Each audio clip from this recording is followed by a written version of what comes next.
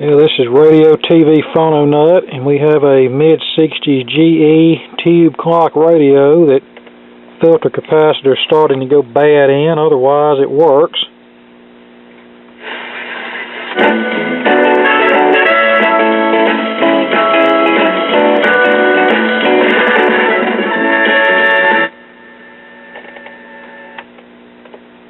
So we'll open it up and take care of that little problem, but yeah, this is Black Friday to the rest of the world. To me, it's just another day to come out here and work on stuff because I refuse to get wrapped up in the Black Friday crap. I'm not going to fight somebody over a 60-inch, $99 TV or a pack of wash rags that are on sale. In fact, I think this whole holiday gift-giving thing has gotten way out of control. It's all way too commercialized and all too let's see how much we can spend to outdo the next person sort of thing, and I'm just not into all of that. I'm also not into all of the stores opening on Thanksgiving and Christmas Day because I feel like the employees need those days to spend with their family and loved ones. And Super Junk World is not going to go out of business by closing on those days, but the powers that be have gotten so greedy that they'll do anything to make a buck, and as long as the buying public flocks to these stores like buzzards to roadkill, then they'll continue to open. But anyway, enough ranting about the holidays and Black Friday. Let's open this up and see what we've got.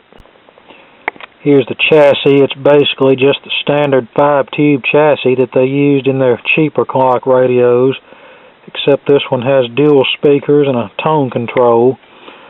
Speakers look Japanese. Some of the parts on the chassis, including the electrolytic capacitor that we're about to replace, looks Japanese. I will say that GE was the king of reusing cabinets for various models, and this one's no exception. This cabinet was used with a basic 5-tube chassis, as you can see. It was also used with a deluxe 6-tube chassis with a tuned RF stage. I wished I could find one of those. And it was also used with an AM/FM version with a solid-state FM front end. And I think there was an all-solid-state AM version of this set. You can actually see the extra mounting thing here that would have accommodated the longer circuit board in the more deluxe models.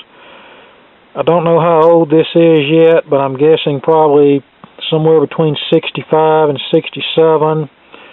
And the model information is faded off of the sticker, which is no surprise.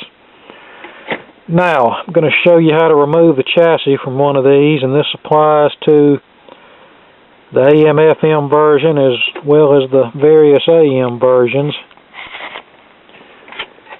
First thing you need to do is pull all 3 of these knobs off.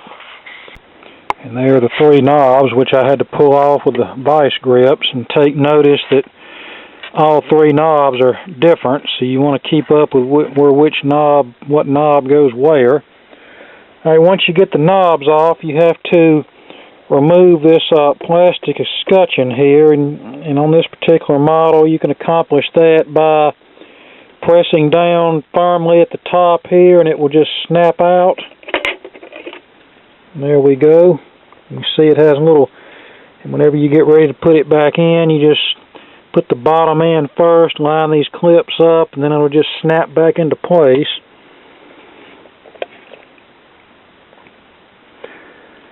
Now, what you'll need to do to get the chassis out is you gently turn the dial pointer to that position right there where it'll just slide through the opening there. And looking at the back, you'll notice this little white clip here that holds the chassis assembly in. I think there may be one on both sides. You have to hold your mouth right to unclip those, and then this whole assembly should just slide out the back. Okay, I've got the chassis pulled back far enough to do what we need to do. In order to get it fully out, we'd have to unsolder the wires going to the speaker and to the clock movement and dismount the tone control from the front of the set. GE radios and stereos and TVs from this time period are very interesting, to say the least. You just about need some kind of engineering degree in order to get the things apart. But like I said, all we're going to do is replace this capacitor, and we were able to slide the chassis back enough for that, so we don't need to worry about anything else. Okay, there it is. Very little hum, not as much as it was before.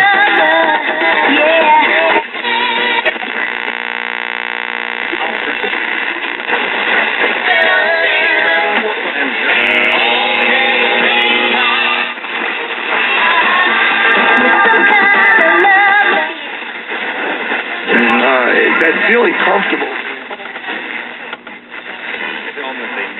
You know, sharing your story and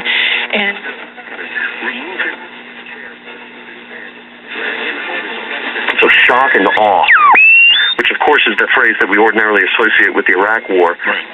Brett? LEASE. You're online at DM Auto Leasing. Before 10 o'clock. What's the interval over the duck? There it is. Don't go away. Hang on for us. We'll get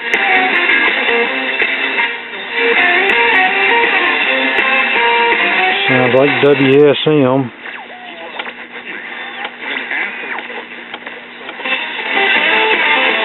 But yeah, we're back in business, I think. And actually on a meter, this cap tests higher than normal. If you look at that little rivet on the bottom, it looks like it's about to blow out. This is a Japanese capacitor, and best I can tell, it's from '66, so that sounds about right, towards the end of the tube radio era. Okay, that's about it. That was about as routine of a repair as you can do on an old tube radio. Should be good to go for another several decades. Thanks for watching, and more to come later.